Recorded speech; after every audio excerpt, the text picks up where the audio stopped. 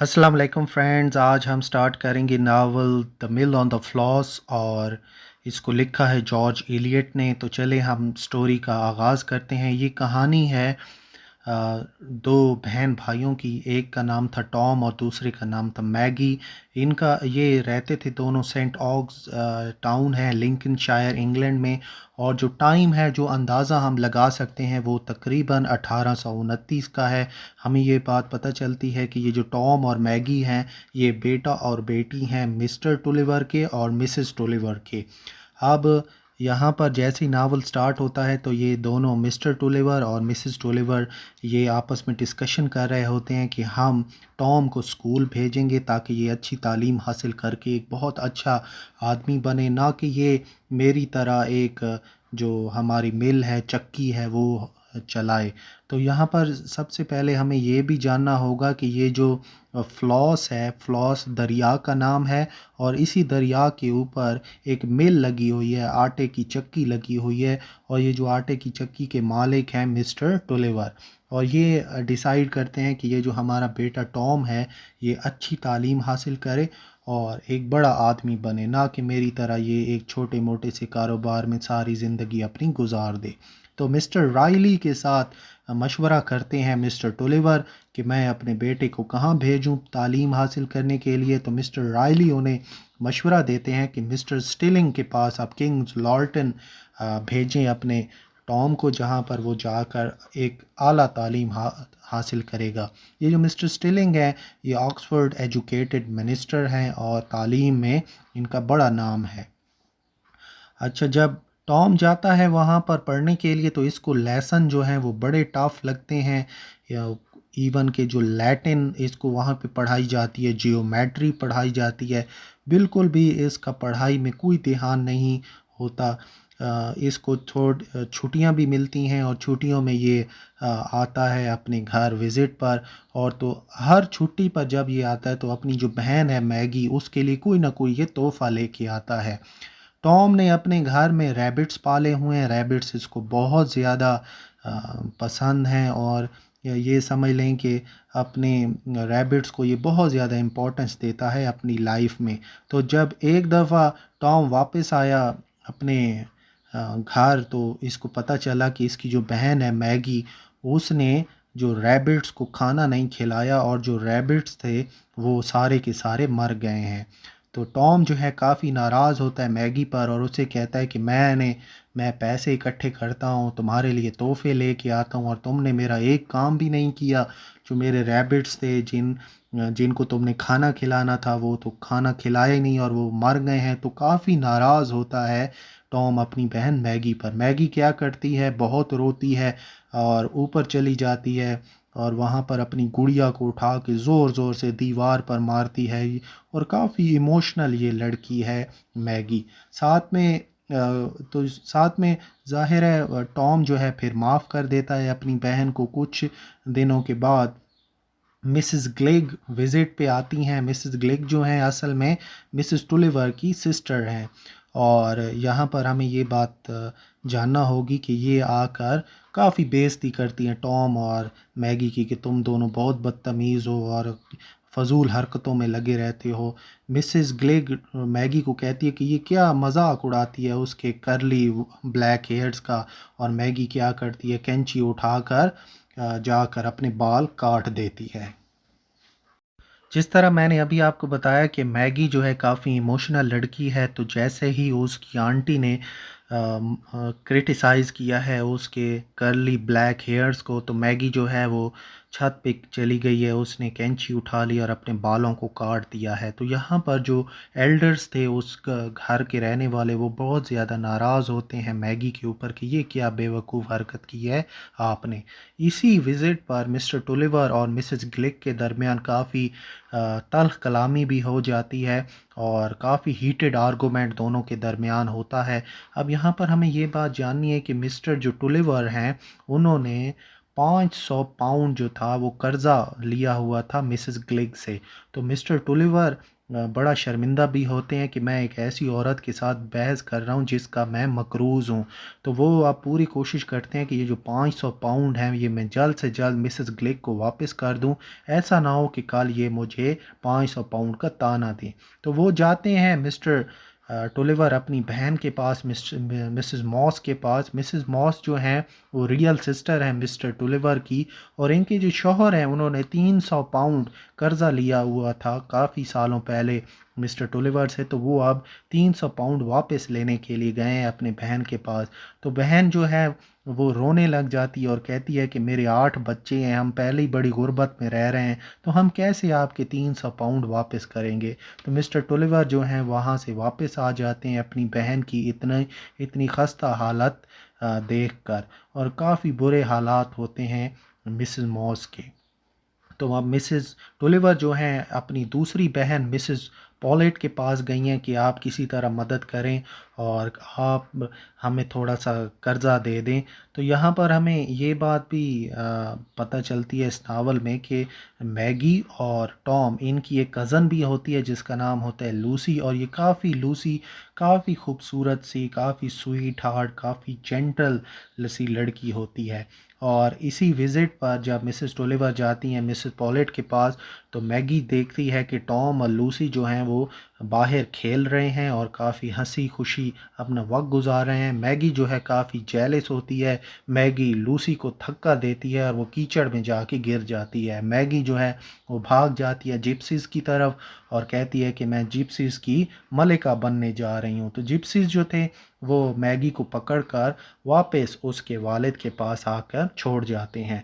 Mister टुलिवर जो है वो बहुत बड़ा सा लोन ले लेते हैं और आखिरकार वो मिसेस ग्लेड के जो 500 पाउंड हैं वो उनको वापस कर देते हैं। टॉम को उधर मिस्टर स्टिलिंग के पास जो पढ़ाई है वो काफ़ी मुश्किल लग रही है। उसका बहुत ज़्यादा मुश्किल उसको लगती है लैटिन और जियोमेट्री, और यही दो सब्जेक्ट जेंटलमैनली सब्जेक्ट्स जो हैं वो मिस्टर स्टिलिंग टॉम को पढ़ाते हैं। अब जो है हमें नेक्स्ट पता चलता है कि एक लॉ सूट, एक कानूनी कार्रवाई शुरू की है मिस्टर टुलिवर ने मिस्टर पाइवर्ट के ख़िलाफ़।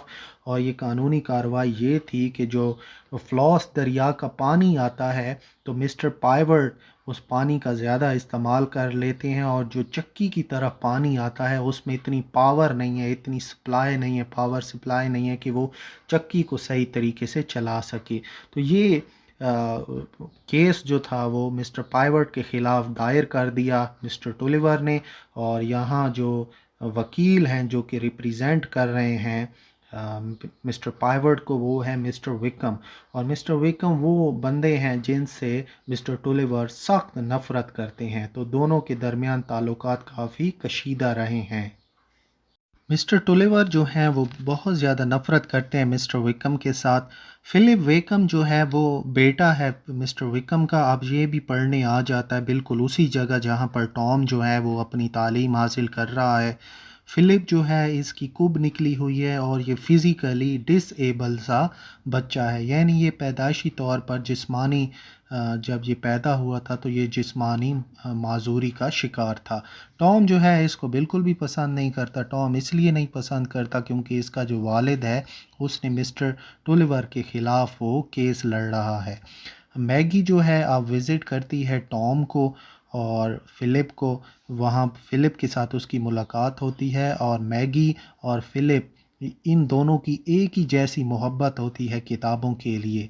जब ये बाहर खेल रहे होते हैं टॉम और फ़िलिप, तो तलवार जो है वो गिर जाती है टॉम के पैरों के ऊपर और वो ज़ख्मी हो जाता है। तो फ़िलिप जो है अब उसकी नर्सिंग करता है, उसकी देखभाल करता है। तो यहाँ पर कुछ देर के लिए टॉम और फ़िलिप के ताल्लुकात जो हैं वो अच्छे हो जाते हैं।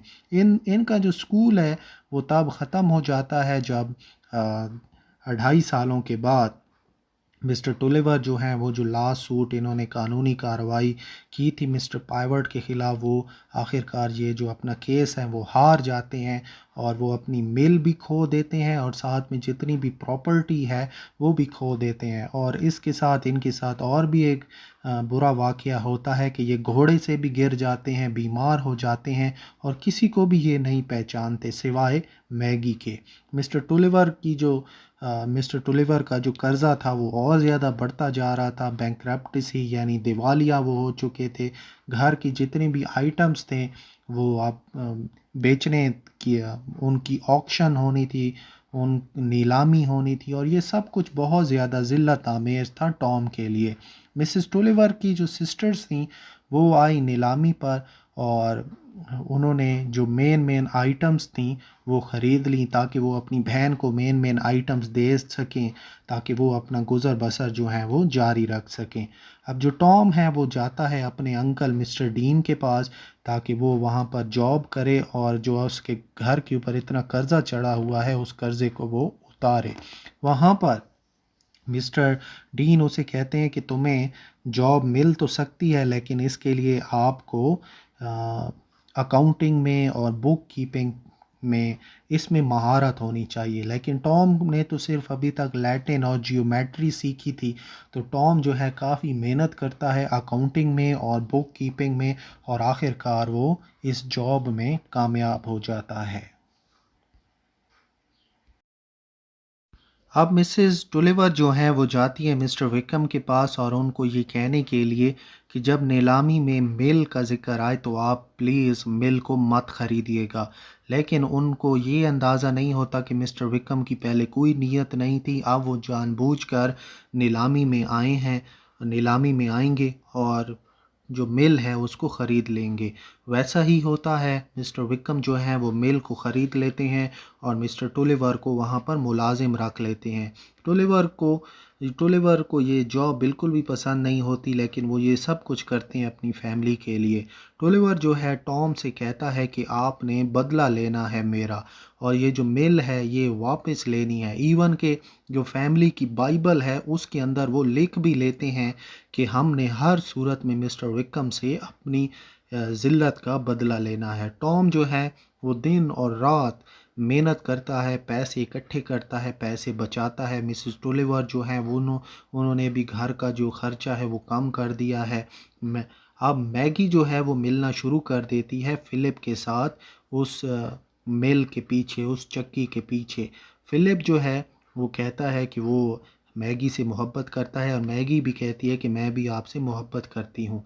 एक दिन मैगी का पीछा करता है टॉम और आखिरकार वो उसे पता चल जाता है कि मैगी खुफिया तौर पर फ़िलिप के साथ मिल रही है। वो काफ़ी गुस्सा होता है और फिर वादा लेता है कि आइंदा कभी भी फ़िलिप के साथ मेरी परमिशन के बग़ैर मत मिलना।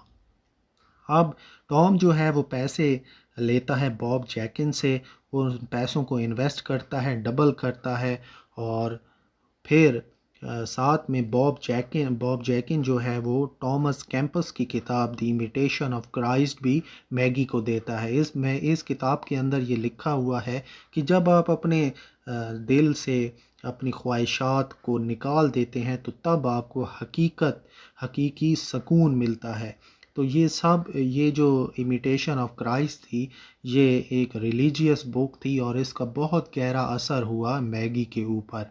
साथ में हमें ये बात भी पता चलती है कि 4 साल के बाद यानी जो टॉम है वो इतने पैसे इकट्ठे कर लेता है कि जितने भी क्रेडिटर्स थे, जितने भी लोगों को पैसे देने थे उसके वालिद ने वो सारे के सारे पैसे जो हैं वो एक पब पर दे देता है टॉम। और यहाँ पर मिस्टर टुलिवर इतने खुश होते हैं कि वो अपने बेटे टॉम को गले लगा लेते हैं। मिस्टर टुलिवर बेहद खुश होते हैं। इवन के उन्हें अब पता चलता है कि मेरा जो बेटा था जिस पर मैंने इतनी उम्मीदें रखी हुई थी वो मेरा बेटे ने सारी उम्मीदों को पूरा किया है। अब मिस्टर टुलिवर का बदला लेने की बारी थी। वो मिस्टर विक्रम के सामने आए, इंतज़ार में थे कि कब मिस्टर विक्रम आएंगे।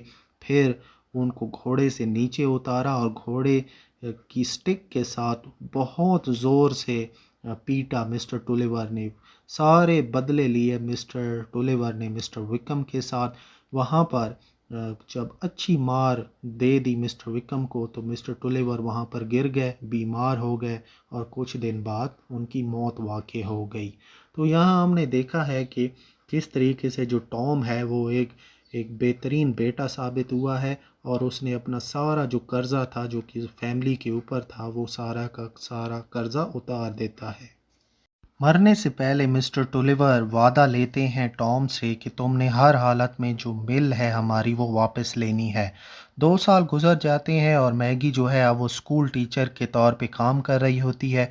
एक दिन वो अपने कज़न लूसी के घर विज़िट करती है जहाँ पर उसकी मुलाकात मिस्टर स्टीफ़न के साथ होती है। मिस्टर स्टीफ़न जो हैं वो लूसी के मंगेतर हैं और गैस्टन को कंपनी के वारिस हैं। दोनों जो मैगी और स्टीफ़न एक दूसरे की तरफ अट्रैक्ट होते हैं, लेकिन दोनों जो हैं वो अपने जज्बात शेयर नहीं करते फ़िलिप और लूसी की वजह से। फ़िलिप जो है वो भी अपने ताल्लुकात दोबारा से शुरू करना चाहता है मैगी के साथ और वहाँ पर बार बार विज़िट करता है और मैगी को ये भी कहता है कि वो पूरी कोशिश कर रहा है कि वो अपने बाप से कहे कि वो बिल जो है वो टॉम को वापस कर दे। इतना सब कुछ करने के बाद भी टॉम जो है वो फ़िलिप और मैगी की शादी के ख़िलाफ़ होता है। एक बॉल पार्टी में स्टीफ़न जो है वो मैगी की आर्म को किस करता है। मैगी जो है वो दूर भाग जाती है।